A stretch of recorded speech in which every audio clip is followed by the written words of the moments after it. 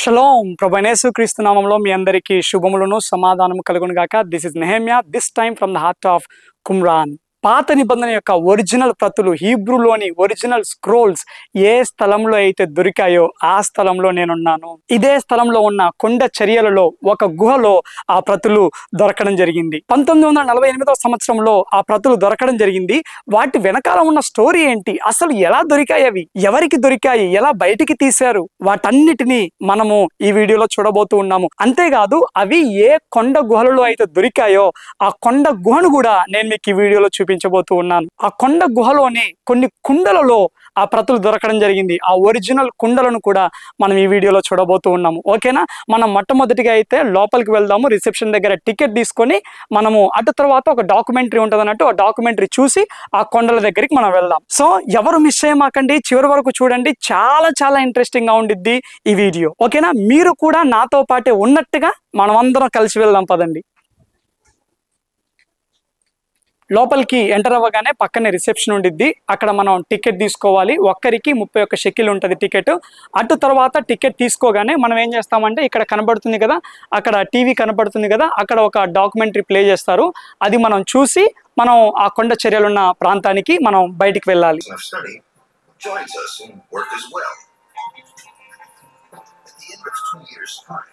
Just before becoming a full and in truth, we would be better employed in the studies of the Holy Scriptures rather than wasting our time in the idle talk that spoils the spirit of Yahweh. The wrath that ensued was so great that a remark was noted in the book in my disfavor. After having been punished, things calmed, and we resumed our studies as we do every night until a third of the night is. Okay, ఆ documentary నుండి కొంచెం పక్కకు వచ్చినట్లయితే ఇక్కడ గమనించినట్లయితే కుండలు కనబడుతూ ఉన్నాయి. ఇటువంటి కుండలలోనే ఆ యొక్క డెడ్ సీ ప్రతులు, ఒరిజినల్ హీబ్రూ ప్రతులు దొరకడం జరిగింది. అంతేకాదు మనం ఇక్కడ నుండి కొంచెం అలా ముందుకెళ్ళినట్లయితే ఎగ్జాక్ట్గా ఏ కుండలలో అయితే దొరికాయో మనం వాటిని ఇక్కడ, ఆ ఒరిజినల్ కుండలను మనం ఇక్కడ చూస్తూ ఉన్నాం. చూడండి. సో ఇక్కడ కనబడుతుందా? ఇదిగో పెద్ద కుండ ఉంది చూడండి. ఇవి ఆ యొక్క గుహలో దొరికిన ఒరిజినల్ కుండలు. అందులోనే ఈ యొక్క పాత నిబంధన ప్రతులు దొరకడం జరిగింది. అటువంటి కుండలు చాలా ఉన్నాయి ఆ గుహలో, కానీ ఒక్కదాన్ని మాత్రం ఇక్కడ భద్రపరచడం జరిగింది. ఫొటోస్ని మనం ఇక్కడ చూడవచ్చు.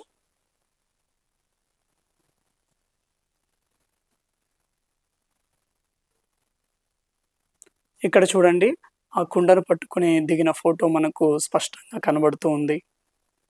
ఓకే, ఆ యొక్క కుమ్రాన్ గుహలో దొరికిన కొన్ని కుండలను మనం ఎప్పటివరకు చూసాం కదా. ఇంకా మిగతా ఒరిజినల్ కుండలను ఇక్కడ జాగ్రత్తగా భద్రపరచడం జరిగింది. వాటిని కూడా మనం చూద్దామండి. ఇక్కడ గమనించినట్లయితే మీకు ఇంత ముందుకు ఏవైతే ఆ యొక్క మోడల్ డిజైన్ కుండలను చూపించానో వాటి యొక్క ఒరిజినల్ కుండలు ఇక్కడ మనకు కనబడుతూ ఉన్నాయి. ఓకే, ఇంకా మనం ముందుకెళ్ళినట్లయితే ఇక్కడ ఈ డెడ్ సీ కేవ్స్ లో, ఈ డెడ్ సీ గుహలలో దొరికిన ఆ ప్రతులు ఏవైతే ఉన్నాయో, ఆ స్క్రోల్స్ ఏవైతే ఉన్నాయో, ఆ స్క్రోల్స్ యొక్క కాపీని మనం ఇక్కడ చూడవచ్చు. అయితే ఆ ఒరిజినల్ స్క్రోల్స్ మాత్రము ఈ యొక్క ఇజ్రాయేలీ మ్యూజియంలో జాగ్రత్తగా భద్రపరచడం జరిగింది. తప్పకుండా ఒకరోజు నేను ఆ ఇజ్రాయేలీ మ్యూజియంకి వెళ్ళి వాటిని మీకు స్పష్టంగా చూపిస్తాను. ఓకే, దీని ఎదురుగా గమనించినట్లయితే మరొక స్క్రోల్ని డిస్ప్లే చేయడం జరిగింది. ఇక్కడ గమనించినట్లయితే మీకు ఒక స్క్రోల్ స్పష్టంగా కనబడుతూ ఉంది చూడండి. ఎస్, ఆ యొక్క డెడ్ సీ స్క్రోల్ యొక్క కాపీ మనం ఇక్కడ చూస్తూ ఉన్నాం. ఆ కాలంలో పాత నిబంధనలోని గ్రంథాలన్నీ ఒరిజినల్ హీబ్రూలో ఈ రకంగా లిఖించేవారు. ఈ రకంగా లిఖించి ఈ స్క్రోల్స్ మాదిరిగా భద్రపరిచేవారు. ఈ యొక్క కుమ్రాన్ గుహలలో కూడా ఇటువంటి స్క్రోల్సే దొరకడం జరిగింది.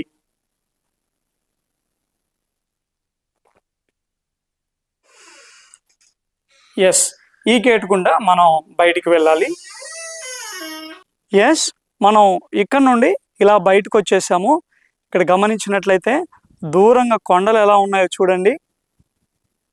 ఈ కొండల గుహలలోనే ఈ యొక్క ఒరిజినల్ హీబ్రూ ప్రతులు దొరకడం జరిగింది. బైబిల్లోని పాత నిబంధనలోని ఒరిజినల్ హీబ్రూ స్క్రోల్స్ దొరకడం జరిగింది. అయితే నేను మీకు ఆ గుహను కూడా కొంత దూరం నుండి చూపిస్తాను. దానికంటే ముందు పక్కనే ఉన్న డెడ్ సీని ఒకసారి చూద్దాం పదండి. మరి యెరూషలేము నుండి నేను ఇంత దూరం ప్రయాణమై రావడం జరిగింది. ఏ రకంగానైనా కానీ తప్పకుండా ఈ స్థలాన్ని నేను మీకు చూపించాలి. అంతేకాదు ఇదే స్థలంలో మీరు కూడా నాతో పాటే ఉన్నట్టుగా మీరు కూడా ఈ స్థలం నుండి ఈ యొక్క ప్రాంతాలన్నీ చూస్తూ ఉన్నారు అన్నట్టుగా ఆ ఎక్స్పీరియన్స్ని మీకు ఇవ్వాలి అన్న ఉద్దేశంతో నేను ఇంత దూరం రావడం జరిగింది. ఇక్కడ గమనించినట్లయితే మీరు ఇంకా దూరంగా గమనించినట్లయితే ఇది డెడ్ సీ కనబడుతూ ఉంది. మరి చాలా ఎండగా ఉంది. మీకు ఎంతవరకు కనపడుతుందో నాకు తెలీదు. నేను కొంచెం జూమ్ చేస్తాను. ఇక్కడ మీకు వాటర్ ఏమీ కనపడట్లేదు, మొత్తం ఎండిపోయినట్టుగా ఉంది. కొంత దూరంలో కనపడతాయి వాటర్ మీకు. నాకైతే ఇక్కడ నుండి స్పష్టంగా కనబడుతుంది ఆ యొక్క డెడ్ సీ వాటర్. కానీ ఎదురుగా ఉన్న ప్లేస్ మాత్రం కంప్లీట్గా డ్రై అయిపోయినట్టుగా ఉంది. ఇక్కడ గమనించినట్లయితే డెడ్ సీలో ప్రవచనాలు స్పష్టంగా నెరవేర్చబడుతూ ఉన్నాయి. యాక్చువల్గా నేను ఏ రకంగానైనా కానీ మీకు డెడ్ సీని చూపించాలి అన్న ఉద్దేశంతో ఇక్కడికి రావడం జరిగింది. డెడ్ సీ ప్లాన్ చేసుకున్నాము, టికెట్స్ కూడా బుక్ చేసుకున్నాము. ఎందుకు డెడ్ సీ ప్రాముఖ్యం అంటే ఎహెజ్కేలు గ్రంథంలో అలాగే జకర్యా గ్రంథంలో ఈ యొక్క డెడ్ సీ గురించి, మృత సముద్రం గురించి చాలా అద్భుతమైన ఖచ్చితమైన ప్రవచనాలు ఉన్నాయి. అయితే ఆ ప్రవచనాలకు ఆనవాళ్ళు ఈ సమయంలో స్పష్టంగా మనకు కనబడుతూ ఉన్నాయి. ఏ రకంగానైనా కానీ మీకు ఆనవాళ్ళు చూపించాలి అని నేను ప్రయత్నం చేశాను. కాకపోతే లాస్ట్ మూమెంట్లో ఆ యొక్క డెడ్ సీ ట్రిప్ క్యాన్సిల్ అవ్వడం జరిగింది. నేను ఈ ట్రిప్ బుక్ చేసుకున్నప్పుడు ఓకే డెడ్ సీ కోసం నేను అంతా ప్రిపేర్ అయ్యాను, వాక్యాలన్నీ చూసుకున్నాను, అంత హిస్టారికల్ బ్యాక్గ్రౌండ్, ఆ ప్రాఫెసీస్ అన్ని స్పష్టంగా రాసుకున్నాను. అంతేకాదు ఆ వాటర్లోకి దిగి ఆ యొక్క చేపలను కూడా నేను మీకు స్పష్టంగా చూపించాలి అని ఇదిగో ఈ యొక్క కెమెరాను కూడా తీసుకోవడం జరిగింది. కాకపోతే నేనైతే ప్రిపేర్ అయ్యాను. ప్రార్థన చేసుకుంటూ ఉంటే మాత్రం భయంకరమైన ఆందోళన వచ్చేసింది, భయంకరమైన అలజడి. అది అర్థం కాదు ఎవరు ఏంటి దేవా ఏంటి అనేసి ఇంకా ప్రార్థనలో గడుపుతూ ఉన్నప్పుడు ఆ యొక్క ఆందోళన, ఆ యొక్క అలజడి పెరిగిపోతూ ఉంది. వెంటనే ప్రేయర్ చేసుకున్నాను, దేవా నీ యొక్క సమాధానాన్ని విడుదల చెయ్యి, సమాధానాన్ని విడుదల చేయు అని అన్నప్పుడు రాత్రి వేళ మాకు మెసేజ్ వచ్చింది. ఏంటి అని అంటే ఈ యొక్క డెడ్ సీ ట్రిప్ క్యాన్సిల్ అయిపోయింది. మనం ఏ ప్రాంతానికి అయితే వెళ్తూ ఉన్నామో అక్కడ భయంకరమైన ఊబి ఏర్పడింది కాబట్టి జియోలాజికల్ సర్వే వాళ్ళు మనకు పర్మిషన్ ఇవ్వలేదు అని చెప్పడం జరిగింది. ఆ రకంగా దేవుడు ఆ యొక్క పరిస్థితి నుండి తప్పించడం జరిగింది. కానీ ఏదో ఒక రోజు వీలైనంత త్వరగా ఆ యొక్క డెడ్ సీలో దేవుని యొక్క ప్రవచనాలు ఏ రకంగా నెరవేర్చబడుతూ ఉన్నాయి అనేది స్పష్టంగా నేను మీకు చూపిస్తాను. సో ఇప్పుడైతే మనం ఇంకా కొంచెం ముందుకు వెళ్దాం పదండి. ఇంకొంచెం ముందు నుండి ఆ స్టేషన్స్ నుండి మనకు ఆ యొక్క కొండలలో దాగి ఉన్న ఆ యొక్క గుహలు మనకు స్పష్టంగా కనబడతాయి. అంతేకాదు అక్కడికి వెళ్ళాక ఈ యొక్క డెడ్ సీ స్క్రోల్స్ ఎలా దొరకడం జరిగింది, మరి వాటి యొక్క ప్రాధాన్యత ఏమిటి, వాటన్నిటిని నేను మీకు స్పష్టంగా వివరిస్తాను. ఓకేనా? ఓకే, మేమైతే వెళుతూ ఉండగా మీరు కొంచెం కష్టం అనుకోకుండా లైక్ చేయండి. ఇంకా ఎవరైనా మన ఛానల్ని సబ్స్క్రైబ్ చేయనట్లయితే తప్పకుండా సబ్స్క్రైబ్ చేయవలసిందిగా మనవి చేస్తూ ఉన్నాను. వెళ్దాం పదండి. ఇక్కడ నుండి కొంచెం దూరం నుండి ఒక్కసారి ఆ కొండలు చూడండి ఎలా ఉన్నాయో. చాలా అద్భుతంగా ఉన్నాయి ఈ కొండలు. కొంచెం జూమ్ చేస్తాను నేను మీకోసం.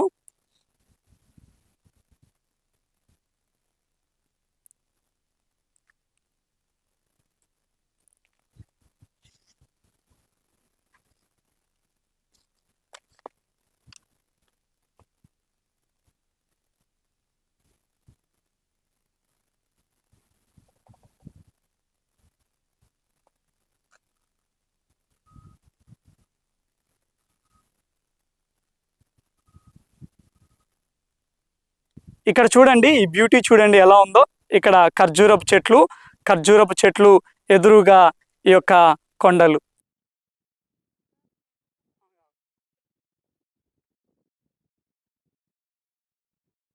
అంతేకాదు ఇక్కడ గమనించినట్లయితే పాటర్స్ వర్క్షాప్ అని మనకు కనబడుతూ ఉన్నది. సో ఇదే స్థలంలో ఈ యొక్క గొర్రెల కాపరులు నివాసం ఉండేవారు. అంతేకాదు ఇదే స్థలంలో ఈ యొక్క కుండలను కూడా తయారు చేసేవారు. మనం ఈ యొక్క వీడియో స్టార్టింగ్లోనే చూడడం జరిగింది. ఈ యొక్క పాత నిబంధన యొక్క హీబ్రూలోని ఒరిజినల్ స్క్రోల్స్ అనేటివి ఈ యొక్క కుమ్రాన్ కేవ్స్లో, ఈ యొక్క గుహలలో కుండలలోనే భద్రపరచడం జరిగింది. ఆ యొక్క ఒరిజినల్ కుండలను కూడా మనం చూసాం కదా. ఓకే, ఇప్పుడు మనం ఆ యొక్క గుహకు దగ్గరగా ఉన్న పాయింట్ దగ్గరికి మనం వెళ్దాము. అక్కడ నుండి నేను మీకు స్పష్టంగా చూపిస్తాను. ఇక్కడ ఎండ మాత్రం మహాభయంకరంగా ఉంది, మామూలుగా లేదండ. దగ్గరగా 45 డిగ్రీస్ వరకు ఉంది. ఇక్కడ గమనించండి, ఇక్కడ గమనించినట్లయితే కింద ఈ లోయ చూడండి, ఇది ఇక్కడ చాలా పెద్ద లోయ ఉంది.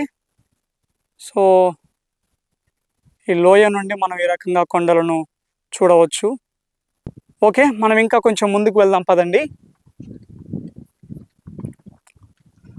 అంటే మనకు ఏదైతే దగ్గర క్లోజ్ పాయింట్ అవుతుందో, మరి ఏ పాయింట్ దగ్గర నిలబడితే మనకు వ్యూ చాలా చక్కగా కనబడుతుందో అక్కడికి వెళ్ళడానికి నేను ప్రయత్నం చేస్తూ ఉన్నాను. మరి వీడియో చూస్తూ ఉన్నవారు ఇంకా లైక్ చేయని వారు తప్పకుండా లైక్ చేయవలసిందిగా మనవి చేస్తూ ఉన్నాను. సబ్స్క్రైబ్ చేయని వారు తప్పకుండా సబ్స్క్రైబ్ చేయవలసిందిగా మనవి చేస్తూ ఉన్నాను. ఇంకా ఇక్కడ గమనించినట్లయితే ఆ యొక్క గొర్రెల కాపరుల యొక్క నివాస కేంద్రాలను మనం స్పష్టంగా చూస్తూ ఉన్నాము. ఇంకా ఇక్కడ గమనించినట్లయితే ఇక్కడే మరి డాంకీ స్టేబుల్ ఉండేది, ఇక్కడనే గాడిదలను వారు కట్టివేసేవారంట ఈ స్థలంలోనే. అంతేకాదు ఇక్కడ మనం గమనించినట్లయితే మరి నీళ్లను నిల్వ చేసుకోవడానికి ఇక్కడ ఒక ట్యాంకు మాదిరిగా కూడా మనం చూస్తూ ఉన్నాం. ఇక్కడే ఒక ట్యాంకును వారు ఏర్పరచుకున్నారు నీళ్ళ కోసం.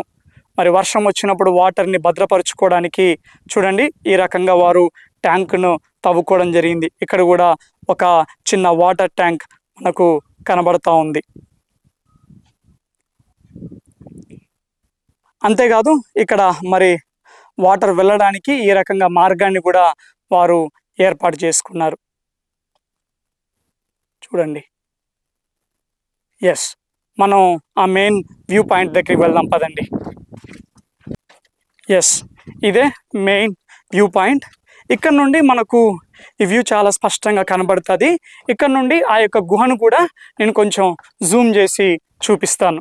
యాక్చువల్గా ఈ యొక్క కుమ్రాన్ కేవ్స్ యొక్క స్టోరీ ఏంటి, ఈ యొక్క హీబ్రూ ప్రతులు అంటున్నావు, పాత నిబంధన స్క్రోల్స్ అంటా ఉంటున్నావు, అసలు ఏం జరిగింది ఇక్కడ అని ఆ యొక్క స్టోరీలోకి వచ్చినట్లయితే ఇక్కడ గమనించినట్లయితే నా వెనకాల కొండలు కనబడుతూ ఉన్నాయి కదా. ఈ యొక్క నా వెనకాల కనపడే కొండలలోని ఒక గుహలో పాత నిబంధన యొక్క హీబ్రూలో రాయబడిన పాత నిబంధన యొక్క ఒరిజినల్ స్క్రోల్స్ దొరకడం జరిగింది. అయితే ఇప్పుడు నేను మీకు చూపించాను కదా ఇక్కడ ఉన్న నివాస ప్రాంతాలు అనేసి, ఇక్కడ గొర్రెల కాపరులు నివాసం ఉంటూ ఉండేవారు.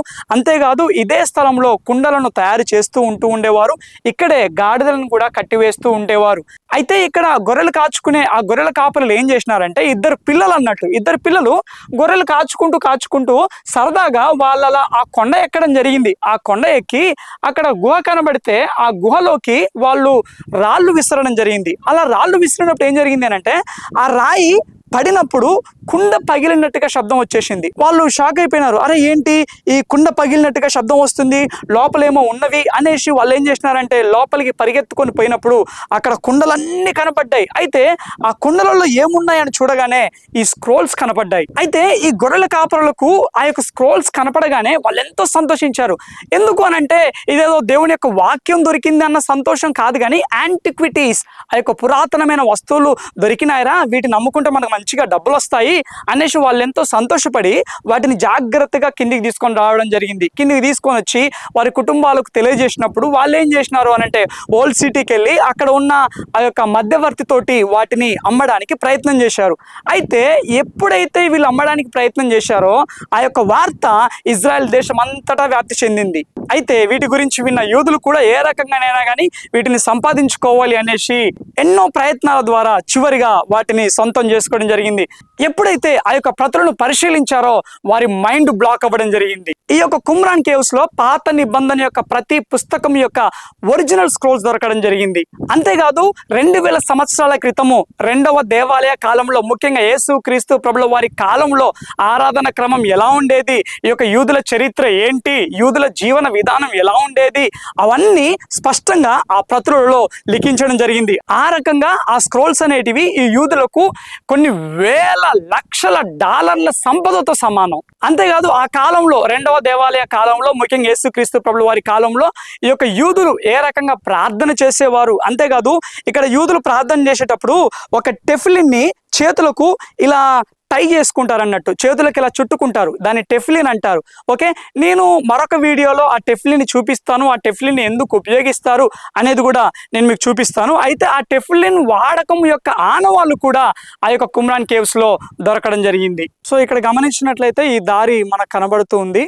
ఇక్కడ నుండి అలా పైకి చూసినట్లయితే ఆ యొక్క గుహకు వెళ్ళడానికి దారి కనబడుతుంది మనకు. అయితే గుహ లోపలికి వెళ్ళడానికి, గుహ దగ్గరగా వెళ్ళడానికి ఎవరికి పర్మిషన్ లేదు.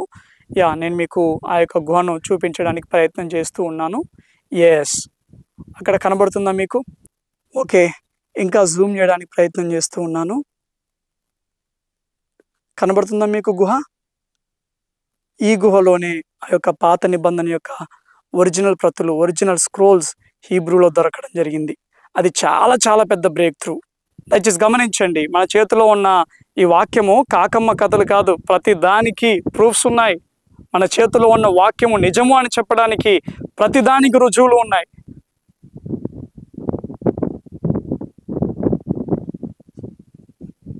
దయచేసి గమనించండి, నా వెనకాలే కనబడుతున్న ఈ యొక్క కొండ గుహలలో ఆ యొక్క డెడ్ సీ స్క్రోల్స్ దొరికాయో, ఆ యొక్క ఒరిజినల్ హీబ్రూ ప్రతులు దొరికాయో, అవేదో యాక్సిడెంటల్ గా దొరకలేదు. ఈ యొక్క గొర్రెల కాపరులకు సంబంధించిన వరకు వారేదో ఆడుకుంటూ అలా యాక్సిడెంటల్ గా వెళ్ళి ఉండవచ్చు, కానీ ఆ రకంగా అనుమతించింది ఎవరు అనంటే దేవుడే కొన్ని వందల సంవత్సరాల క్రితం తన దాసుల ద్వారా ఈ స్థలంలో భద్రపరిచిన ఆ ప్రతులను ఈ యొక్క గొర్రెల కాపరులకు బయలుపరచడం జరిగింది. దేవుడు ఒక ప్రణాళిక మేరకు వాటిని రివీల్ చేయడం జరిగింది. దయచేసి గమనించండి, మన చేతికి పరిశుద్ధ గ్రంథం ఊరికనే రాలేదు. మన ముందున్న భక్తులు ఎంతో శ్రమ కోరిస్తే, ఎన్నో త్యాగాలు చేస్తే మన చేతికి బైబిల్ వచ్చింది. దయచేసి గమనించండి, ఈ కాలంలో, ఈ రోజుల్లో బైబిల్, ఆ పరిశుద్ధ గ్రంథం మనకు అందుబాటులో ఉన్నంత సులువుగా ఇంతకు ముందుకు ఉండేది కాదు. ఇంతకు ముందు ఉన్న భక్తులు, ఇంతకు ముందుకున్న క్రైస్తవ విశ్వాసులు పరిశుద్ధ గ్రంథం కొరకు ఎంతో ప్రయాసపడేవారు. 1780 సంవత్సరంలో వెల్ష్ దేశంలో మేరీ జోన్స్ అనే ఒక యవనస్తురాలు ఉండిద్ది. తను చిన్నప్పుడు ఎప్పుడైతే మందిరానికి వెళ్ళడం ప్రారంభించిందో, దైవ సేవకుడు పట్టుకున్న ఆ పరిశుద్ధ గ్రంథం మీదకి తన ఫోకస్ వెళ్ళింది. అయితే దైవ సేవకుడు వాక్యం చెబుతూ ఉన్నప్పుడు ఆ వాక్యం తాను చాలా శ్రద్ధగా వింటూ ఉండేది, చాలా ఇష్టంగా వింటూ ఉండేది. అయితే తనకేం ఆలోచన వచ్చిందంటే, అరే ఆ యొక్క బైబిల్ నా దగ్గర ఉంటే, ఆ పరిశుద్ధ గ్రంథం నా దగ్గర ఉంటే ఇంకా నేను వాక్యాన్ని నేర్చుకుందును కదా అని ఆశపడింది. తన యొక్క తల్లిదండ్రులు చాలా పేదవారైనా కానీ తన ఆశ మేరకు తనను చదివించారు. అప్పటి నుండి తన ధ్యేయం ఏంటి అని అంటే, నేను బైబిల్ సంపాదించుకోవాలి, వాక్యాన్ని బాగా నేర్చుకోవాలి అనేసి. కానీ ఈ కాలంలో మనకు అందుబాటులో ఉన్నట్టుగా ఆ కాలంలో పరిశుద్ధ గ్రంథం అందుబాటులో ఉండేది కాదు. ఎంతో ధనవంతుల ఇళ్లలోనే ఆ పరిశుద్ధ గ్రంథం ఉండేది. ఆ ధనవంతులకు కూడా చాలా రేర్గా దొరికేది ఈ యొక్క పరిశుద్ధ గ్రంథం. అటువంటి పరిస్థితుల్లో తను పేదరికంలో ఉన్నా కానీ, బైబిల్ కొనుక్కునే స్తోమత లేకున్నా కానీ, చదవడానికే అష్ట కష్టాలు పడినా కానీ బైబిల్ ఏ రకంగా సంపాదించుకోవాలి అన్న కోరిక తనలో చనిపోలేదు. తను ఎదుగుతున్న కొద్దీ ఆ కోరిక తనలో ఇంకా ఎదుగుతుంది. అయితే ఏ రకంగానైనా ఆ బైబిల్ కొనుక్కోవాలి అనేసి తను ఇండ్లలో పనులు చేయడం ప్రారంభించింది. తను ఏం చేసిందంటే, కోళ్ళు కొనుక్కొని ఆ కోళ్ళను పెంచుతూ, కోళ్ళు పెట్టిన ఆ గుడ్లను మార్కెట్లో అమ్ముకుంటూ డబ్బులు సంపాదించడం స్టార్ట్ చేసింది. అలాగే అడవిలోకి వెళ్ళి కట్టెలు కొట్టుకొని ఆ కట్టెలు అమ్మడం స్టార్ట్ చేసింది. ఎవరైనా కానీ మా ఇంటికి వచ్చి ఈ రకంగా ఇగో ఈ యొక్క డిషెస్ క్లీన్ చేయమ్మా అంటే ఇంట్లోకి వెళ్ళి ఆ రకంగా డిషెస్ క్లీన్ చేసుకుంటూ, ఇండ్లలో పనులు చేసుకుంటూ రూపాయితో కూడబెట్టుకోవడం జరిగింది. ఎందుకు అనంటే, ఏ రకంగానైనా కానీ నేను ఆ బైబిల్ చదువుకోవాలి, వాక్యాన్ని లోతుగా ధ్యానం చేయాలి, వాక్యాన్ని కంఠస్థం చేయాలి అనేసి ఆ కోరిక తనలో ఎంతో తీవ్రంగా ఉంది. అయితే ఒకరోజు బైబిల్ కొనుక్కోవడానికి కావలసిన డబ్బులను ఫైనల్ గా సమకూర్చుకుంది. కానీ ఏమైంది అనంటే, ఆ సమయంలోనే తన తండ్రి గారు మంచాన పడడం జరిగింది. ఎప్పుడైతే తన తండ్రి గారు మంచాన పడ్డారో తనకేం అర్థం కాలేదు. తను ఏం చేసింది అని అంటే, అప్పటి వరకు బైబిల్ కోసం దాచిపెట్టుకున్న డబ్బును మొత్తం తన తండ్రి ఆరోగ్యం కోసం ఖర్చు పెట్టడం జరిగింది. ఎంతో బాధపడింది, కన్నీటితోటి ప్రార్థన చేసింది. కానీ తండ్రి ముఖ్యం కదా, ఓకే దేవా అనేసి ఆ డబ్బును మొత్తం తండ్రి మీద ఖర్చు పెట్టడం జరిగింది. అటు తర్వాత తను కృంగిపోలేదు, వెనకడుగు వేయలేదు, ఇంకా ఎక్కువగా పనిచేసింది. ఇంతకు ముందుకు చేసిన పనుల కంటే ఎక్కువ పనులు చేయడం స్టార్ట్ చేసింది. కొంతకాలం తర్వాత బైబిల్ కొనుక్కోవడానికి సరిపోయే డబ్బులను సంపాదించింది. అయితే ఆ యొక్క డబ్బులు తన దగ్గర ఉన్నాయి, కానీ పాస్టర్ గారు ఎప్పుడు వస్తాడో తెలియదు. ఎందుకు అంటే, ఇంతకు ముందు కాలంలో లాగా ఈ యొక్క దూర ప్రాంతాలకు రెగ్యులర్ గా పాస్టర్స్ వచ్చేవారు కాదు. ఎందుకు అనంటే, మరి ఈ కాలంలో ఉన్నట్టుగా ఈ యొక్క రవాణా సదుపాయం ఉండేది కాదు, ఈ కాలంలో ఉన్నట్టుగా రోడ్లు ఉండేటివి కాదు. ఆ యొక్క దూర ప్రాంతాలలో ఉన్న మందిరాలకు వెళ్ళాలి అనంటే ఆ యొక్క దైవ సేవకుడు కొండల గుండా వెళ్ళాలి, గుట్టల గుండా వెళ్ళాలి, ఆ యొక్క భయంకరమైన దట్టమైన పొదల గుండా వెళ్ళాలి. అయితే ఈ మేరీ జోన్స్ కు మాత్రం ఎప్పుడెప్పుడు బైబిల్ కొనుక్కోవాలా అని ఎంతో ఆశగా ఉంది. అయితే పాస్టర్ గారు ఎప్పుడు వస్తారో తెలియదు, అప్పటి వరకు నేను ఉండలేను అనేసి తను ఏం చేసింది చేసిందనంటే పాస్టర్ గారు ఉండే ఆ టౌన్ కి తను నడుచుకుంటూ ప్రయాణం స్టార్ట్ చేసింది. దగ్గరగా 26 మైళ్ళు తాను నడుచుకుంటూ వెళ్ళడం జరిగింది. అంటే దగ్గరగా 42-43 కిలోమీటర్లు తాను ఖాళీ నడకన బైబిల్ కోసము ఆ ప్రాంతానికి నడుచుకుంటూ వెళ్ళడం జరిగింది. ఒక 16 ఏండ్ల యవనస్తురాలు, ఒక అమ్మాయి ఈ యొక్క కొండలను దాటుకుంటూ, గుట్టలను దాటుకుంటూ, ఆ యొక్క పొదలను దాటుకుంటూ కేవలము బైబిల్ కోసము నడుచుకుంటూ వెళ్ళడం జరిగింది. ఎప్పుడైతే మరి ఆ రకంగా నడుచుకుంటూ ఆ యొక్క టౌన్ కి చేరుకుందో, ఆ దైవ సేవకుడి దగ్గరికి వెళ్ళి, అయ్యా నాకు బైబిల్ కావాలి అని అనడం జరిగింది. ఆ దైవ సేవకుడు షాక్ అయిపోయాడు. అదేంటమ్మా, ఏంటి, ఎలా వచ్చావు ఒక్కదానివి? ఈ సమయంలో గుర్రపు బండ్లు కూడా ఉండవు కదా, ఎలా వచ్చావు నువ్వు అని పాస్టర్ గారు అడగగానే, అయ్యా నేను నడుచుకుంటూ వచ్చానయ్యా అని చెప్పినప్పుడు పాస్టర్ గారు షాక్ అయ్యారు. ఏంటమ్మా, ఏంటి అని అంటే, అయ్యా నాకు బైబిల్ కావాలి అని అనడం జరిగింది.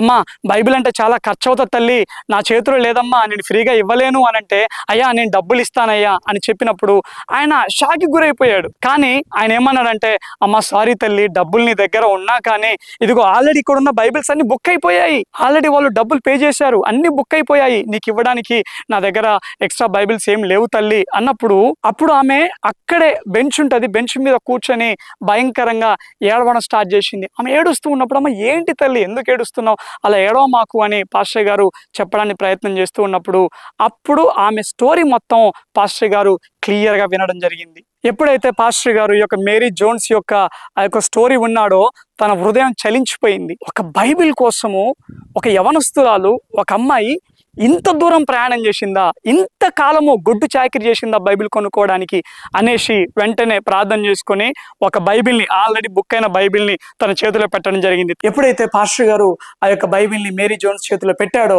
ఆ యొక్క మేరీ జోన్స్ ఎంతో సంతోషంతోటి, ఆనందంతో గంతులేసుకుంటూ తన ఇంటికి వెళ్ళడం జరిగింది. తనైతే వెళ్ళింది కానీ ఈ పాస్టర్ గారు మేరీ జోన్స్ మాటల్ని జ్ఞాపకం చేసుకుంటూ ఉన్నాడు. తనలో ఒక ఆలోచన వచ్చింది, ఇటువంటి వ్యక్తులు ఇంకా ఎంతమంది ఉండొచ్చు, వాక్యం చదవాలన్న ఆశ ఉంది, ఆసక్తి ఉంది, కేవలము డబ్బులు లేక బైబిల్ కొనుక్కోలేని పరిస్థితుల్లో వాళ్ళు చదవలేకపోతూ ఉన్నారు కదా అని అనుకొని వెంటనే తన పై వారికి ఆయన ఉత్తరం రాయడం జరిగింది. ఈ యొక్క మేరీ జోన్స్ యొక్క స్టోరీని కంప్లీట్ గా వారికి ఉత్తరం రాసినప్పుడు వాళ్ళు కూడా చలించిపోయి వెంటనే బైబిల్ సొసైటీని స్థాపించడం జరిగింది. ఆ రకంగా ఆ యొక్క వెల్ష్ దేశంలో, ఆ యొక్క ఇంగ్లాండ్ దేశంలో బైబిల్ సొసైటీ స్థాపింపబడడం జరిగింది. ఆ రకంగా వాళ్ళు బైబిల్ సొసైటీని స్థాపించి అనేక బైబిళ్లను ప్రింట్ చేసి ఈ యొక్క దూర ప్రాంతాలలో ఉన్న విశ్వాసులకు ఉచితంగా పంపిణీ చేయడం జరిగింది. ఏ రకంగానైనా కానీ బైబిల్ని సొంతం చేసుకోవాలి, ఆ బైబిల్ని సొంతం చేసుకొని వాక్యాన్ని లోతుగా ధ్యానించాలి, వాక్యాన్ని కంఠస్థం చేయాలి అన్న ఒక్క యవనస్తురాలి యొక్క ఆశ, ఒక యవనస్తురాలి యొక్క తీవ్రత అనేకుల చేతుల్లో బైబిల్ ఉండడానికి దోహదపడింది. అనేక హృదయాలను వాక్యము చేత మండించడానికి దారితీసింది. అంతేకాదు మన దేశంలోకి మిషనరీగా వచ్చిన విలియం కేరీ గారు కూడా మన భారతదేశంలోని ఆ యొక్క భాషలను నేర్చుకోవడమే కాదు, ఆ భాషలలో గొప్ప పాండిత్యం సంపాదించి వాటిని మన భారతీయ భాషల్లోకి తర్జుమా చేయడం జరిగింది. ఎంతో కష్టపడి తర్జుమా చేశాడు. తన కొడుకు చనిపోయాడు, తన భార్య పిచ్చిదైపోయింది, అయినా కానీ ఆ యొక్క దేవుని పరిచర్య మీద ఫోకస్ చేస్తూ వాటన్నిటిని కష్టపడి ట్రాన్స్లేట్ చేసినప్పుడు ఒకరోజు అగ్ని ప్రమాదంలో అన్ని సంవత్సరాలు పడిన కష్టం అంతా, ఆ ట్రాన్స్లేషన్ పేపర్స్ అన్ని కాలి బూడిదైపోయినప్పుడు, ప్రింటింగ్ కి రెడీగా ఉన్న పేపర్స్ అన్ని కాలి బూడిదైపోయినప్పుడు ఆయన వెనకడుగు వేయలేదు. ఇంకా పట్టుదలతోటి కష్టపడ్డాడు, ట్రాన్స్లేషన్ చేసి అనేక భారతీయ భాషల్లోకి బైబిల్ని అందించాడు. అంతేకాదు విలియం టిండేల్ అనే భక్తుడు కూడా ఒరిజినల్ హీబ్రూ నుండి, ఒరిజినల్ గ్రీక్ నుండి ఇంగ్లీష్లోకి బైబిల్ని తర్జుమా చేయడం జరిగింది. ఆ రకంగా ఆయన బైబిల్ని తర్జుమా చేసినప్పుడు ఆయనను భయంకరంగా హింసించి చంపారు. ఎంత భయంకరంగా హింసించి చంపారంటే ఆయనను కాల్చి వేయలేదు కానీ, డైరెక్ట్ గా కాల్చి చంపినా కానీ ఏమో కానీ ఎంత భయంకరంగా చంపారంటే అతన్ని కట్టివేసిన ఆ స్తంభానికి దూరంగా ఈ కట్టెలను పెట్టి ఆ కట్టెలను మండిస్తూ ఆ వేడికి ఉడికి చనిపోయేలాగా చేశారు. దయచేసి గమనించండి, పరిశుద్ధ గ్రంథము మన చేతికి ఊరికనే రాలేదు. అనేకులు ఎంతో శ్రమ పడితే, వాళ్ళెంతో ప్రయాస పడితే, వాళ్ళెంతో త్యాగం చేస్తే మన చేతికి వచ్చింది. అటువంటి పరిశుద్ధ గ్రంథాన్ని మనం ఎంత నెగ్లెక్ట్ చేస్తూ ఉంటాం. నిజంగా నాకు బాధ అవుతుంది. చాలా మంది బైబిల్ని చూస్తే ఎంత భయంకరంగా ఉంటుంది తెలుసా, అట్టాలు ఘోరంగా ఉంటాయి, ఆ లోపల ఆ పేజీలు ఘోరంగా ఉంటాయి, నలిగిపోయి ఉంటది, అయినా కానీ ఆ బైబిల్ని మందిరానికి మోసుకొని పోతా ఉంటుంటారు. దయచేసి గమనించండి, ఈ నలిగిపోయి ఉన్న బైబిల్ని తప్పు అనట్లేదు. ఎందుకు అనంటే చాలా మంది భక్తులు మరి ఎంతో కాలం నుండి కొన్ని సంవత్సరాలుగా అదే బైబిల్ చదువుతూ ఉండడంతో మరి వాళ్ళకి ఆ బైబిల్ ఎంతో అలవాటు అవుతూ ఉండడంతో అది నలిగిపోయి ఉంటుంది, దాంట్లో తప్పు లేదు. కానీ చాలా మంది బైబిల్ చదవకపోయినా కానీ, బైబిల్ పాత పడిపోయినా కానీ ఆ రకంగా నలిగిపోయిన బైబిల్నే క్యారీ చేస్తూ ఉంటుంటారు. ఎంత సిగ్గుచేటు. ఒక మంచి బైబిల్ కొనుక్కోలేమో మనం బట్టలు కొనుక్కోవడానికి ఎంత తాపత్రయపడతా ఉంటుంటాం. స్త్రీలైన వారు చీరలు కొనుక్కోవడానికి, పురుషులైన వారు మంచిగా బట్టలు కొనుక్కోవడానికి ఎంత తాపత్రయపడతా ఉంటుంటారు. పరిశుద్ధ గ్రంథం, ఒక చక్కటి పరిశుద్ధ గ్రంథాన్ని కొనుక్కోలేమా? ఇంట్లో వ్యక్తిగతంగా ధ్యానించడానికి ఒక పరిశుద్ధ గ్రంథం, బయటికి తీసుకెళ్ళడానికి ఇంకో చక్కటి పరిశుద్ధ గ్రంథాన్ని ఆ రకంగా కొనుక్కోలేమా? దయచేసి ఆలోచించండి. అంతేకాదు, ఆయన వాక్కు విడుదలవ్వడంతో వెలుగు కలుగుతుందంట. పరిశుద్ధ గ్రంథాన్ని పట్టుకోవడమే కాదు, ఎంతవరకు ధ్యానం చేస్తూ ఉన్నాము అనేది మనల్ని మనం పరిశీలన చేసుకుందాం. ఇదిగో ఏ స్థలంలో అయితే ఆ యొక్క పాత నిబంధన యొక్క ఒరిజినల్ ప్రతులు దొరికాయో ఆ కుమ్రాన్ కేవ్స్ అనే స్థలం నుండి పరిశుద్ధాత్మ దేవుడు మనతో మాట్లాడుతూ ఉంటున్నారు. నీ చేతిలో ఉన్న వాక్యం కొరకు అనేక మంది వెల చెల్లించారు, ప్రాణాలను త్యాగం చేశారు.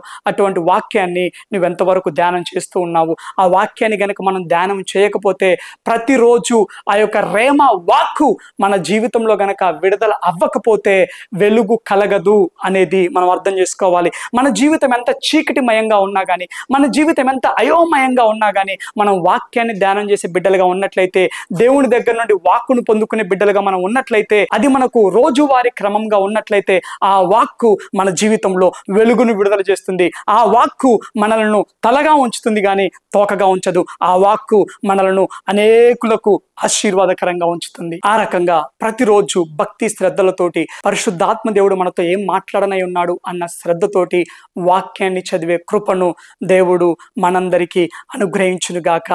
ఆమేన్. దయచేసి గమనించండి, మన జీవితంలో మనం ఎంత పెద్ద పెద్ద పాస్టర్ల వాక్యాలు విన్నా కానీ, ఎంత అభిషేకంతో కూడిన దైవ సేవకుడు మన మీద చేతుల నుంచి ప్రార్థించినా కానీ, ప్రతిరోజు వ్యక్తిగతంగా పరిశుద్ధాత్మ దేవుని దగ్గర నుండి వాక్కును వినే ఆ యొక్క అలవాటు గనక, ఆ క్రమం గనక మన జీవితంలో లేదు అని అంటే, ఎట్టి పరిస్థితుల్లో మనం ఫలభరితంగా ఉండలేము. Don't neglect the word of God. అంతేకాదు, మన చేతిలో ఉన్న బైబిల్ని ఒక్కసారి చూసుకుందాం, అది ఏ రకంగా ఉందో చూసుకుందాం. వీలైతే ఒక చక్కటి బైబిల్ని కొనుక్కుందాం. ఓకేనా?